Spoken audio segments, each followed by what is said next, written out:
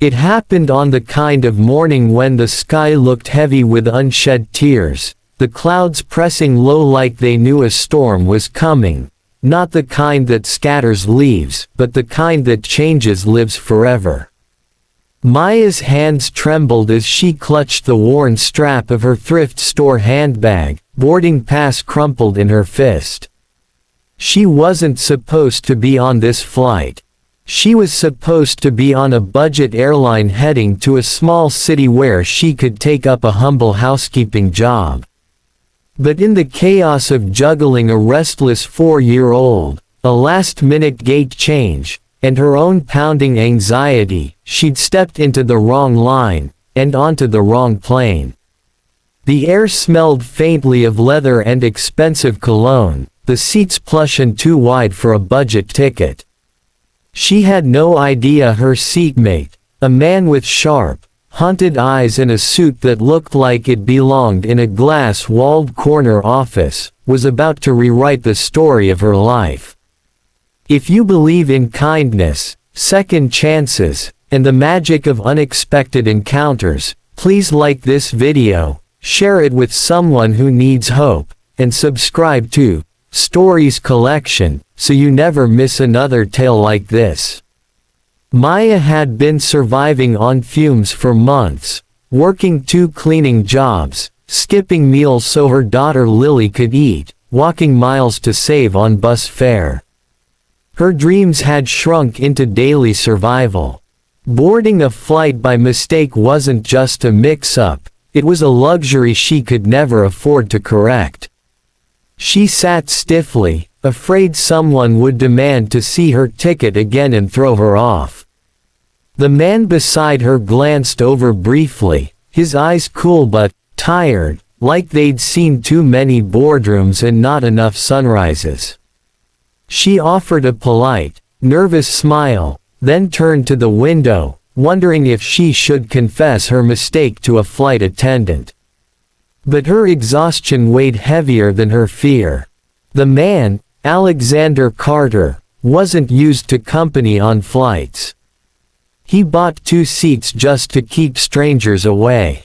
But today, his assistant had booked late, and the airline had filled the extra spot. He wasn't angry, but he wasn't interested in small talk either. Until he noticed the woman's hands. They were calloused, the nails clean but worn from scrubbing, folding, carrying. They were not the hands of someone accustomed to this kind of travel. When the plane took off, Maya felt the weight of her life pressing against her ribs.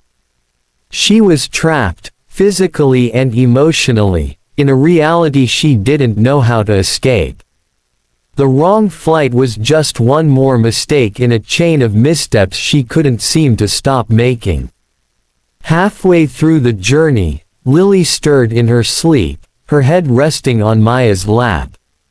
She murmured something about being hungry, and Maya quietly pulled a half-squashed granola bar from her bag, breaking it in half to share with her.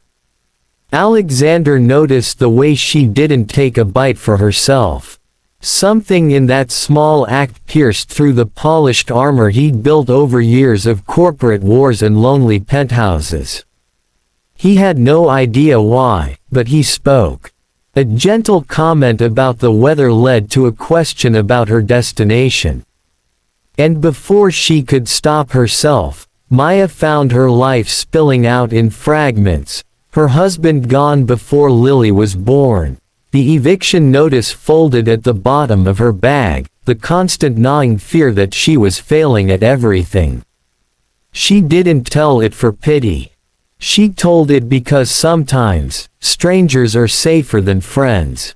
Alexander listened quietly, his mind unexpectedly heavy with thoughts of his own life, his empire, his penthouse view of a city he didn't love, his dinners eaten alone in silence.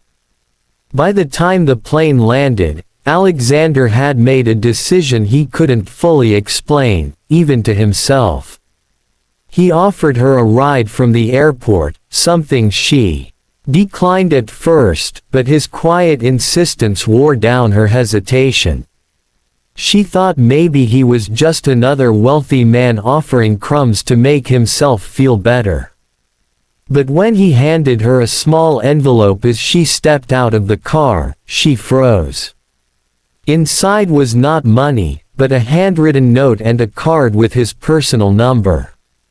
The note simply said, "Everyone needs a first step. Let me give you yours." Over the weeks that followed, Alexander did something he had never done before. He showed up for someone without a contract or an agenda. He arranged a stable apartment for Maya and Lily, found her work in his company's community outreach department, and made sure she had time to breathe for the first time in years. He didn't just offer her charity, he offered her dignity. And in return, Maya gave him something money had never bought him: genuine human connection. The lonely CEO and the poor single mom became an unlikely team, each teaching the other that life's real wealth was measured in shared laughter, safety, and belonging. And though they never defined what they were to each other at first, everyone around them could see it. Alexander was no longer just living, and Maya was no longer just surviving. They were both finally home. If this story touched your heart, please like the video, share it so others can feel its warmth, and subscribe to Stories Collection for more tales that remind us why compassion matters. Special request to comment. Tell us below, what's the kindest thing a stranger has ever done for you? Your story might inspire someone else today. The weeks stretched into months, and what began as a chance meeting on a flight neither of them had planned became a turning point neither could have predicted. Maya's life, once a constant cycle of exhaustion and quiet despair, began to bloom in ways she never dared imagine. Her small apartment in a safe neighborhood became a sanctuary for Lily, a place where the little girl could finally sleep without sirens wailing outside the window or the fear of being moved again. Maya threw herself into her new job at Alexander's company. It wasn't glamorous, but it gave her purpose. She managed programs that provided food, shelter, and opportunities for families like hers. The first time she saw a single mother leave the office with a job offer and tears of relief, she understood why Alexander had created the outreach department in the first place. It wasn't about profit, it was about redemption, not just for the people it served, but maybe for Alexander himself. Alexander, for his part, found himself doing something he hadn't done in years: looking forward to leaving work. He began visiting Maya and Lily in the evenings, at first under the guise of checking in, or delivering documents, but eventually with no excuse at all. They would share simple meals at her small table, meals Maya insisted on cooking herself despite his offers to send in catered dinners. Over bowls of soup and fresh bread, they'd talk, not about boardrooms or profits, but about the little things. Lily's new school friend, the book Maya had started reading. The time Alexander had burned toast so badly it set off his penthouse smoke alarm. But beneath their growing friendship was something deeper, an unspoken awareness that they were filling spaces in each other's lives that had been empty for far too long. For Alexander, Maya's laughter was a sound that felt like home. For Maya, Alexander's steady presence was the first real safety she had known since her father passed away when she was a teenager. Not everyone understood. Some whispered that she was just another woman trying to secure a rich man's favor. Others assumed Alexander's interest was transactional. But they ignored the gossip. They had both learned that life was too short to live for other people's approval. One rainy evening, Alexander invited them both to his home for the first time. Lily ran through the vast, echoing space, her small footsteps bouncing off marble floors. Maya, in contrast, stood quietly by the floor-to-ceiling windows, looking out over the glittering city lights. She turned to him and said softly, "You have everything, and yet, it feels so lonely here." He didn't argue. Instead, he simply said, "Not anymore."